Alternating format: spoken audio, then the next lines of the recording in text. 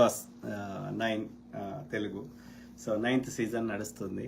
So చాలామంది చూస్తుండ్రు అని నేను అనుకుంటున్నా. సో ఎందుకంటే I think it is one of the top rated show ఇది మన యొక్క శాటిలైట్ ఛానల్స్లో.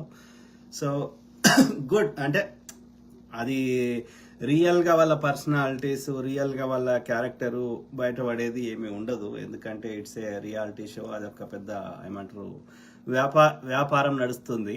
So they are doing business. కాబట్టి ఎక్కువ మంది ఎవరు చూస్తారు, ఎట్లా చూస్తారు అన్న దానిలో ఆలోచించి క్యాండిడేట్ సెలెక్షన్ కానీ, లేకపోతే యొక్క సెలబ్రిటీస్ కానీ, ఆ సిచ్యువేషన్స్ కానీ, ఆ పోటీలు కానీ అన్ని, అంటే ఇట్స్ ఎ బిగ్ బిజినెస్. అంటే ఎందుకంటే వ్యూస్ ద్వారా అడ్వర్టైజ్మెంట్స్ వస్తాయి, అడ్వర్టైజ్మెంట్స్ ద్వారా డబ్బులు వస్తాయి. Okay, simple. కాబట్టి ఎందుకంటే అలా పోయిన ఒక్కొక్క కంటెస్టెంట్కి కూడా నెలకా రోజుకా, but they give like 30,000 or more than that. I think per day, something like that. Maybe I'm wrong. Or per, okay.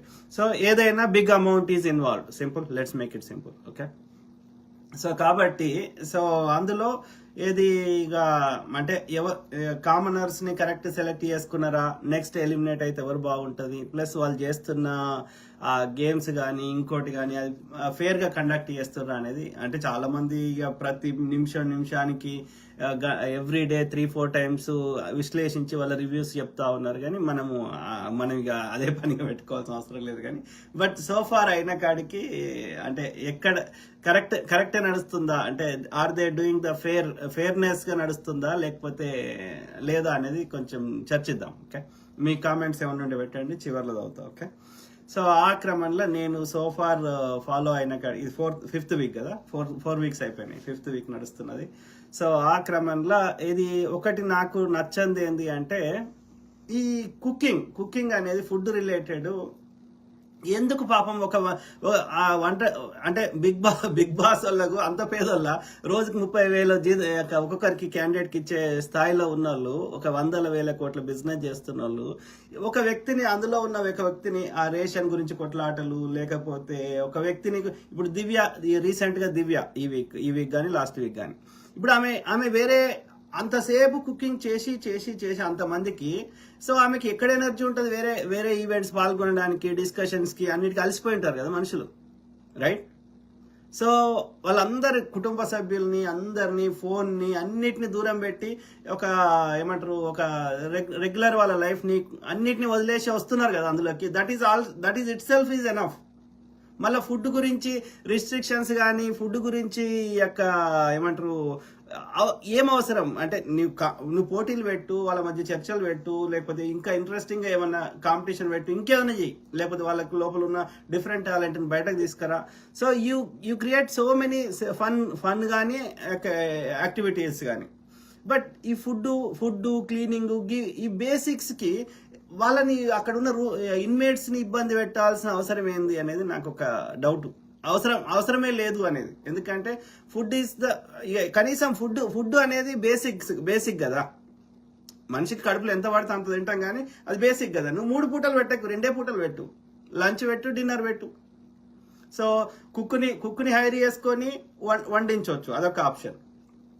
లేదు కుక్ వద్దనుకుంటే ఆర్డర్ చేయి, లంచ్ ఆర్డర్ చేయి, డిన్నర్ ఆర్డర్ చేయి. డైలీ సేమ్ కాకుండా డిఫరెంట్ ఆర్డర్ చేయి. ఒక 3-4 items non veg, 3-4 items veg, rice, chapati, పెరుగు, done. They don't need luxury. Minimum protein, minimum healthy food, lunch and dinner. అయితే ఎక్స్పెన్సివ్ అవుతుంది అనుకుంటే అక్కడే కుక్ని హైర్ చేసుకొని, లేదంటే ఆర్డర్. ఇప్పుడు అన్ని ఆర్డర్లు వచ్చినాయి కదా, ఇంట్లో వండుకున్నట్టే కదా, ఓన్లీ డబుల్ పే చేస్తే వాళ్ళు ఆర్డర్ తెచ్చిస్తారు. So provide lunch and dinner. ఇక రిమైనింగ్ కాఫీలు, టీలు, వెండింగ్ మిషన్ కానీ, లేకపోతే అక్కడ వాళ్ళు ఒక వెండర్ని పెట్టేసి వాళ్ళు కొనుక్కుంటారు. వాళ్ళు డబ్బులు తీసుకునే అవకాశం, వాళ్ళకి డబ్బులు ఇంటి నుంచి తెచ్చుకుని ఎవరైనా ఇచ్చిపోతే కానీ ఉంటే అక్కడ ఒక వెండర్ని పెట్టు, వాళ్ళు కాఫీలు, టీలు అమ్ముతారు, కొనుక్కుంటారు. ఫుడ్ రిలేటెడ్ ఈ ఇన్మేట్స్ ని ఎందుకు ఇబ్బంది పెట్టాలి, ఫుడ్ని ఎందుకు రిస్ట్రిక్షన్ చేయాలి, అది నాకైతే కరెక్ట్ అనిపించలేదు. అంతకుముందు హరీష్ గారు, ఇప్పుడు దివ్య గారు, ఓకే, ఎవరైనా సరే ఇక ఫుల్ టైం అదే డెడికేటెడ్ చేయాలి. ఒకరు బోర్లు తోమాలి, ఒకరు వంట చేయాలి, ఒకరేమో గ్రాసరీ చూడాలి. దీనికోసం కాదు కదా బిగ్ బాస్ లోకి పోయింది, రైట్? అవి బేసిక్స్ కదా. ఒకడేమో క్లీన్ చేయాలి. క్లీన్ చేయడానికి కూడా నీకు రోజు ఎంత గలీజ్గా చేస్తారా? రోజు ఒకసారి వస్తారు ఆ యొక్క క్లీన్ చేసేటోళ్ళు, బాత్రూమ్లు అవి పొద్దున్న ఇప్పుడు వస్తారు, క్లీన్ చేస్తారు, వెళ్ళిపోతారు. డైలీ వన్స్ వస్తారు, క్లీన్ చేస్తారు. లేదంటే వాళ్ళు మరీ గలీజ్ చేస్తున్నారు అయితే డైలీ ట్వైస్ పొద్దున్న సాయంత్రం వస్తారు, ఆ క్లీన్ చేసేటోళ్ళు క్లీన్ చేసి వెళ్ళిపోతారు బాత్రూమ్లు. సో ఇన్మేట్స్ని ఎందుకు ఇబ్బంది పెట్టడము? బాత్రూమ్ క్లీనింగ్ కానీ లేకపోతే కుకింగ్ కానీ ఆ పర్పస్ కాదు కదా బిగ్ బాస్కి పోయింది అనేది నా పర్సనల్ ఒపీనియన్. సో నాగార్జున గారు కానీ ఆ బిగ్ బాస్ ఓనర్లు కానీ ఆలోచిస్తారేమో. సో ఐఎమ్ రిక్వెస్టింగ్, ఎందుకంటే యూఆర్ వేస్టింగ్, వాళ్ళ మీద అనవసరం స్ట్రెస్ పెడుతున్నావు. అది నాకు కరెక్ట్ అనిపించలేదు. ఓకే, ఇక తర్వాత ఇక ఒక్కొక్కరి పర్సనాలిటీ ఒక్కొక్క విధంగా ఉంటుంది. ఏది ఉన్నా సరే ఎవ్రీబడి, నా అంచనా ప్రకారం నాకు అర్థమైన కాడికి, మేబీ ఐఎమ్ రాంగ్, బట్ నాకు అర్థమైన కాడికి everybody is playing the game అని నేను అనుకుంటున్నా. ఓకే, ప్రతి ఒక్కరి లోపల వాళ్ళకి పోదాం. ఇది సో ఇక సిపిఐ నారాయణ గారిని అడిగితే అది ఏమంటాడు ఆయన, బ్రోతల్ హౌస్ అంటాడు, అంటే వ్యభిచార హౌస్ అంటాడు. ఇక ఆ మహనీయునికి ఇక వదిలేద్దాం ఆ టాపిక్. సో మొత్తం ఎంతమంది, 16 మెంబర్స్ ఇనీషియల్ గా తీసుకున్నారు కదా, ఇనీషియల్ గా మొత్తం కలిపి ఫస్ట్ 15, మొత్తం 16 మెంబర్స్ సో ఫార్. ఓకే, ఇక ఆమె ఫస్ట్ ఎలిమినేట్ అయిన సృష్టి వర్మ. సో ఆమె జానీ మాస్టర్ దాంట్లో. సో ఆమె పెద్దగా కాంట్రిబ్యూట్ చేసింది కానీ, ఇక జనాలు ఓటేసింది కానీ, ఇక జనాల ఓట్లు కూడా అవి కూడా ఏమంటారు, ఇన్ఫ్లుయెన్స్ చేయబడ్డాయి జనాల ఓట్లు కూడా. మీరు ఆలోచించండి, పిఆర్, ప్రతి ఒక్కరికి పిఆర్ ఉంటారంట. పిఆర్ అంటే అదే పబ్లిక్ రిలేషన్స్. సో వాళ్ళకి ఒక కంపెనీకి ఇస్తే వాళ్ళు ప్రమోట్ చేయడము, ఓట్లు వేయించడం ఇవన్నీ చేస్తారంట వాళ్ళకి డబ్బులు ఇస్తే. సో అప్పుడు ఇక జనాలు ఇష్టంతో ఓటేసినట్టు ఎట్లయితుంది? సరే, ఇక అంటే పిఆర్ ఉన్నదే ఇక గెలుపు అన్నట్టు. జనాలు వాళ్ళ ఇష్టంతో వేసింది కాదు. ఓకే, సృష్టి వర్మ ఎలిమినేట్ అయింది. ఆమె ఐ థింక్ షీఈ్ ఆల్రెడీ 18 అన్నారు కదా, ఇప్పుడు ఆ ఇన్సిడెంట్ అయి 3 years అయింది. అరౌండ్ 20-21 అంటే she's the youngest I think. So ఆమె కాంట్రిబ్యూషన్ కానీ పెద్దగా లేనట్టే అనిపించింది. సో ఆమె పోతే అంత బాధ ఏమి అనిపించలేదు. ఓకే, మర్యాద మనీష్ అనేట ఆయన సెకండ్ ఎలిమినేట్ అయ్యాడు, గుండు ఆయన. సో ఆయన ఎంటర్ప్రీనియర్, బిజినెస్ పర్సన్. సో ఆయన కొంచెం టెన్స్ పడుతుండే హౌస్ లో ఉన్నప్పుడు, కానీ ఆయన కొంచెం కాంపిటేటివ్ గానే ఆడుతుండే. సో ఆయన ఉంటే కొంచెం బెటర్ ఉండేదేమో. అంటే ఆయనకంటే వరస్ట్ ఉన్న వాళ్ళు వీళ్ళు ఉన్నారు, ఇక ఫ్లోరా సైని కానీ అట్లాంటి వాళ్ళు, వాళ్ళ సుమన్ శెట్టి కానీ, వాళ్ళ కాంట్రిబ్యూషన్ 0.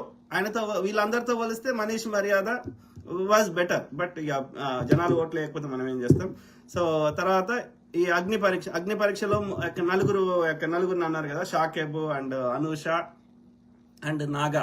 సో వాళ్ళందరి లోపల దివ్య వాజ్ బెటర్. ఓకే, దివ్యాన్ని సెలెక్ట్ చేయడం అది కరెక్ట్ అనిపించింది ఆ నలుగురిట్లో.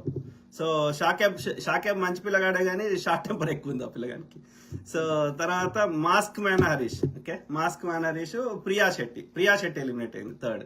సో ప్రియా శెట్టి ఆమె doctor plus social media influencer కావాలనుకుంటుందో, యాక్టర్ కావాలనుకుంటుందో కానీ, సో ఆమె పాజిటివ్ కాంట్రిబ్యూషన్ చేసినట్టయితే నాకు ఎక్కడ అనిపించలేదు. ఎప్పుడు చూసినా ఆ బీన్ బ్యాగ్ పక్క కూర్చుండేది, మధ్య అందరి మీద నెగిటివ్ స్ప్రెడ్ చేసేది, వాళ్ళు అట్లా వీళ్ళు ఇట్లా అని. కానీ ఆమె ఆ యొక్క టీమ్ ప్లేయర్ కానీ, లేకపోతే జనాలతో సోషల్ గా ఉండడం కానీ, లేకపోతే అక్కడ ఏమంటారు పాజిటివ్ ఎన్వైరన్మెంట్ కానీ ఎక్కడ పెద్దగా కాంట్రిబ్యూట్ చేసినట్టు నాకైతే అనిపించాలి. ఒక పాజిటివ్ ఎనర్జీ తీసుకొచ్చి ఆమె పోతే కూడా అంత పెద్దగా ఏమి అనిపించలేదు ఎలిమినేట్ అయితే. ఎవరు, ప్రియా శెట్టి. ఓకే, ప్రియా శెట్టితో పోలిస్తే శ్రీజ దమ్ము 100 times బెటర్. ఓకే, ఆమె గేమ్స్ అంటే గుడ్ హార్ట్ కూడా శ్రీజ దమ్ము, కానీ ఆమెను మిస్అండర్స్టాండింగ్ ఎక్కువ చేసుకుంటున్నారు. సో ఆ క్రమంలో Priya Shetty, okay, she was the right person to, అంటే ఇక్కడ ఏంటంటే టాలెంట్ ఇవన్నిటితో పాటు గుడ్ హార్ట్ అండ్ సోషల్ గా, అంటే తోటి జనాలతోటి నువ్వు ఎంత మింగిల్ అయి ఉంటున్నావు, ఎంత కలిసిమెలిసి ఉంటున్నావు అనేది కూడా ఫ్యాక్టర్ ఉంటుంది. ఏదో మనసులో గేమ్ ఆడేటప్పుడు ఆడతావు, ఇక జనాలు ఓట్లు వేస్తారా, నీ గేమ్ ను టాలెంట్ ను అక్కడ ఇన్వాల్వ్మెంట్ ని బట్టి నీకు ఓట్లు వేస్తారు ప్రజలు. కానీ ఇక ఏదో మనసులో పెట్టుకొని ఇక దాన్ని నిరంతరం ప్రతి చోట చూపించడము, ఇక మిగతా డే టు డే కమ్యూనికేషన్స్ లా, ఆ సోషల్ లైఫ్ లా అది కరెక్ట్ కాదనిపించింది. ఆ క్రమంలో ప్రియా శెట్టి అయినా నాకు అంత ఏమన్నా పోతేవా అనిపించింది. ఇక తర్వాత next mask man Harish. Okay, Harish ఆయన గుండు చేసుకోమంటే ఇన్స్టెంట్ గా చేసుకున్నాడు. సో ఆయన ఏమంటారు, ఒక రగ్గడ్ అంటే ఏమంటారు, ఒక మొరటు అనే కంటే నేను ఇట్లనే ఉంటాయి. ఇక ఎవడు ఏమనుకున్నా సరే, దునియా వచ్చి ఆకాశం వచ్చి నా మీద పడ్డా సరే నేను ఇట్లనే ఉంటా. కొంతవరకు మంచిగా అనిపించింది ఆయనది. ఏది యొక్క కొన్ని ఏమంటారు యొక్క ఎదుటోళ్ళని కొన్ని జడ్జిమెంట్స్ అంటే ఆయన యొక్క అంటే ఎదుటోళ్ళని అబ్జర్వ్ చేయడము, వాళ్ళ రియాలిటీని గమనించడము, ఆ విషయంలో ఆయన అప్రిషియేట్ చేస్తాం. ఏది ఆయన యొక్క పర్సనాలిటీ ఒక మంచిగా అనిపించింది. కానీ ఆయన ఎక్కడ లేక ఏంటంటే ఆ ఇన్సిడెంట్ దాకానే ఉంచుకోవాలి. ఇక మళ్ళీ అదే క్యారీ చేయొద్దు. ఓకే, టైం వచ్చినప్పుడు చూపెట్టు. నువ్వు గేమ్స్లో ఇంకెక్కడనో వాళ్ళ స్ట్రాటజీకి నువ్వు భిన్నంగా వాళ్ళ రియాలిటీ తెలిసినప్పుడు వాళ్ళకి భిన్నంగా నువ్వు టైం వచ్చినప్పుడు గేమ్లోనే ఎక్కడనో చూపెట్టు. కానీ అదే మనసులో పెట్టుకొని మొత్తం అందరిని అవాయిడ్ చేసి మూలకు కూర్చుంటా అంటే ఎంత. ప్లస్ ఆయన హౌస్లో ఉన్నప్పుడు వంట చేసిండు, అవి చేసిండు కానీ బట్ కంటిన్యూస్ గా ఏమంటారు గేమ్లలో కూడా పెద్దగా ప్రదర్శించిన సందర్భాలు చాలా తక్కువ.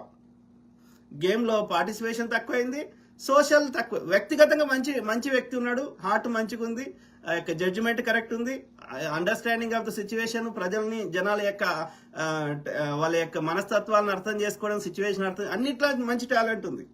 కానీ ఈ యొక్క ఏది గేమ్స్లలో యాక్టివ్ పార్టిసిపేషన్ తక్కువైంది. ఏదో మనసులో పెట్టుకొని అక్కడ సోషల్ లైఫ్ కూడా తక్కువైపోయింది, జనాలతో మింగిల్ అయి ఉండడం తక్కువైపోయింది. సో తను ఒంటరి చేసేసుకున్నాడు.